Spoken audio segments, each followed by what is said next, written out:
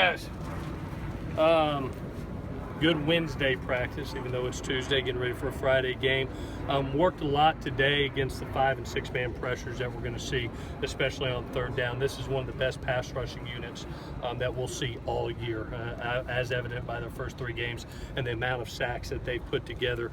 So we got a ton of work against ourselves today with simulated looks.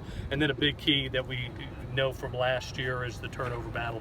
Really concentrated on that offensively with our ball security circuit. You see the guys over there catching wet balls right now because of the possible weather, but you remember that game last year and how important those 3 turnovers that we got to get 21 points and then securing the ball, how important that was. Got told today by I'm not a big social media guy, but I got told today that about EJ Price hitting me, which is funny. I wouldn't be here. I'd be dead. May make my face look better, but when it comes to EJ, I know a lot of times when a man doesn't show up on the field, there's questions. I talked to EJ a couple days ago. EJ has some personal family issues that are going on, a lot of homesickness and missing family really bad. With us sitting down and visiting, really felt mutually that it was important for him to go find a school that is closer to home where he can deal with his family. I will not get into details about personal family issues. He is I want everybody to understand that, you know, anytime that something like that goes out, I hate that it presents a perception of a kid, because this is a really good kid. He's going to be a very good college football player, and I look forward, I wish him nothing but the best, and looking forward to him being successful.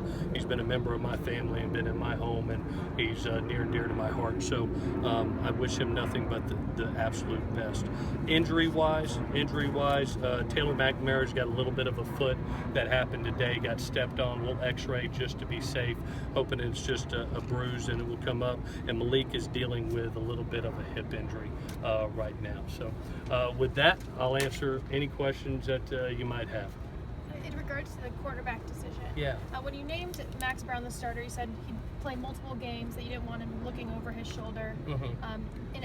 Against Alabama, third quarter, you know, Sam Darnold comes in to play against the defense, which you said after the game.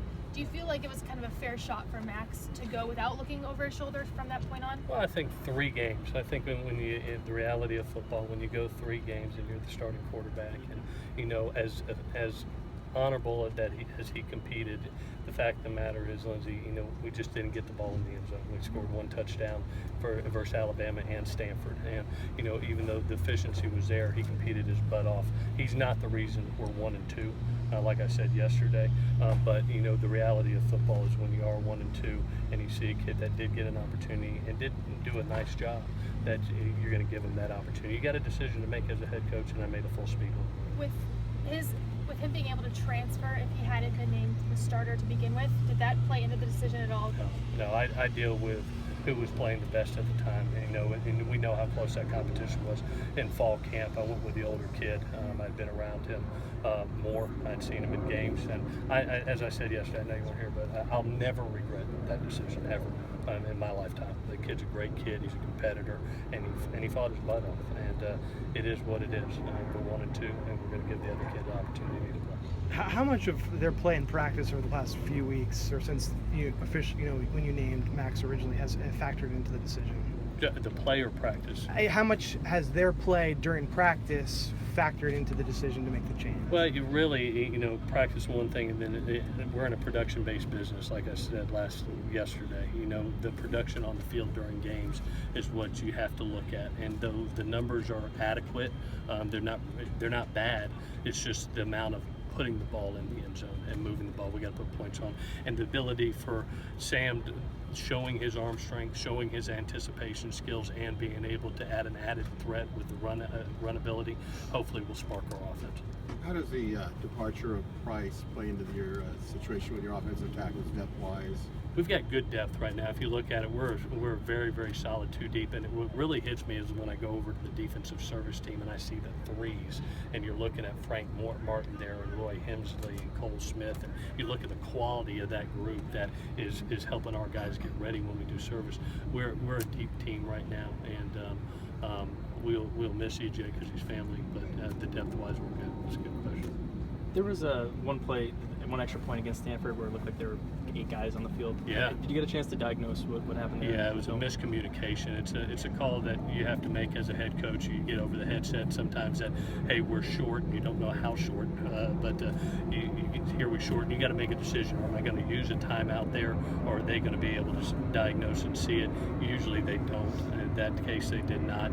Obviously, Coach Bax is beyond peed about it, but it's one of those things that I think you have to make a split decision.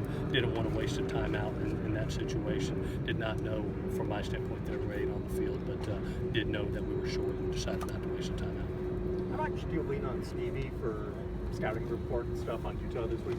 I know he's visited with Clancy and T and things like that, and give personnel is about what you can give. But they've made some changes defensively too, from scheme-wise. We've seen in the first 3 games. Everybody has a little bit of tweaks that they do, and you can see those tweaks. But you can get information personnel-wise.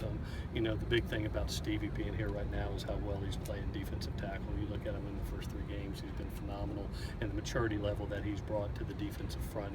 He's grown a lot of young kids up in a hurry. So very thankful he's here. 3 games in, are you happy with where the play calling is with the offense with T? It's progressing. It's getting better by the game. I thought T did a nice job last game with the run game. I think the numbers are skewed a little bit in that game because of being down in the second half. I looked at halftime and we were 12 run and 12 pass. It really balanced. I felt we were running the ball effectively, and because we get down by 10, all of a sudden you start throwing it. You get down by 17, you continue to throw it. And so I think it's a little bit skewed by being down late in that game. But it is progressing, and he's getting better with each game. Coach, each season presents a unique opportunity to assess the pulse of your team. How much of the decision to make a quarterback change played into where your team stands right now and just needing that shot of adrenaline? Yeah, a lot of it, just to be honest with you. As I told Max, I said, man, my greatest dream was to be 3-0 right now. And leading that, and him leading this team as an older kid, that's what you want. That's what your dream is. But then you have to face reality, and you have to make hard decisions, and decisions that, with a kid that you recruited personally, you raised personally, and you love personally. And but you have to do what you feel is best for the team, and live with the decision. And I've made a full speed one, and I'm going to live with it. How do you assess how the offensive line has done? Gotten better with each game. I thought last game Lindsay was their best game by far. We had 1 sack in that game, but that run defense is usually an unbelievable run defense, and the average over 5 yards a carry by far was our best run day from an efficiency standpoint. They are progressing as a unit. I think you saw Coach Galloway play a little bit of the all 5. There wasn't a lot of rotation in that game. There wasn't a ton of possessions. I think we had 62 snaps to their 63, so it was pretty evenly balanced play-wise. But it's one that is growing and getting better by the day. Max said yesterday that concern you? The penalties. Very much so. It was the difference in the game, in my opinion. We knew that we were going to get limited possessions, Lindsay, and we had 4 in the first half of that game. And when you look up and you're running the ball effectively, and it's 3rd and 3, and you jump off sides, now it's 3rd and 8, and that's a big difference. I mean, you went just from having to run the ball to now having to throw the ball against a good pass rush team, and then you kick a field goal rather than continue on a drive. How confident are you in Sam starting his first game on a short week and in a loud stadium? Very much so. I would not have made the change if I wasn't confident in the decision. I think what he's done on that stage versus Alabama, showing the poise he did, and versus Stanford, showing the poise he did, the anticipation he's shown in his throws, his knowledge of the offense right now, he's making plays, and so extremely confident, or I would have made the change. For Max, the obvious next move would be the transfer for next season. How involved would you be with that process? Well, what I told him, and I'm so proud of the guy, because you look, and I know you've been out here watching him. I mean, from his demeanor to his leadership to how he's practicing, how he continues to compete, and like I told him, I don't have a crystal ball. you're one snap away from having to go back in, and you got to be ready and make the most of your next opportunity whenever it gets, and then cross that road when it comes. But you know, a good quarterback always prepares for the next opportunity, and the next opportunity may be the next snap, and that's what he's done, and that's why I'm really proud of him, and that's why he's got the C on his jersey. I mean, he's shown true leadership out here. He's been a pro about how he's handled it and really led our team. Thanks, Clint. Yeah, buddy. Go ahead. Go ahead, Adam. Do you have any regrets about how you handled the whole quarterback situation? No, I never will. I never will. I said that yesterday, and I said it today. I have no regrets whatsoever. I went with my gut, I went with my heart, I went with a kid that I had recruited and trained. It was a very close decision. I went with experience, and he performed admirably and competed honorably. And you know, the fact of the matter is we're 1-2 and needed a spark, and the other kid has played well. Thanks, guys. Appreciate it.